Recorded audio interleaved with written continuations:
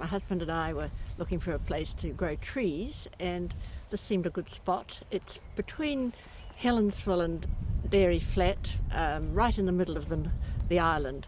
It's currently in the middle of a lot of lifestyle blocks, but in 1986 there was still a few farms around.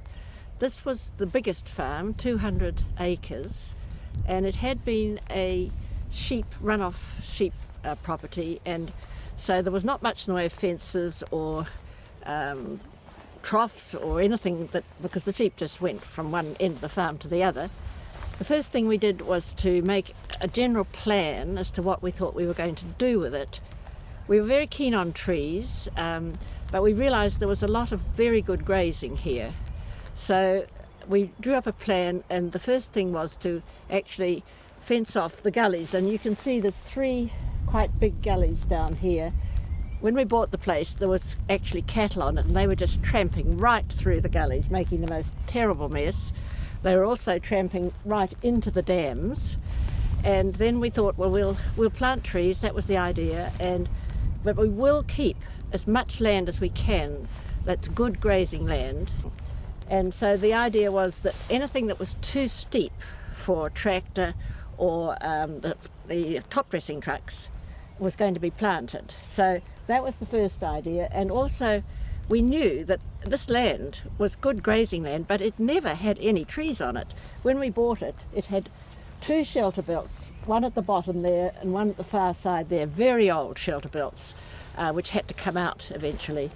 My husband was very keen on Diane Lucas's idea of attractive plantings. He didn't want straight lines, he didn't want blocks.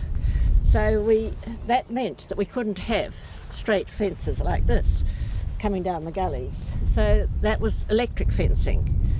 Well, that was great, except that it's a pain in the neck to actually try and keep maintained. It's always going off and always having problems with stock going through. But in the end, we decided we'd just put the 2 wires in, and it was simple, it was quick, it was cheap, and it looked attractive when it was done. We have got some blocks.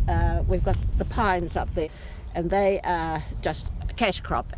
But the rest of the trees that we've planted are alternative species, and that was what we were interested in. And it's for the look of the place as well as their usefulness, because they're all different foliages.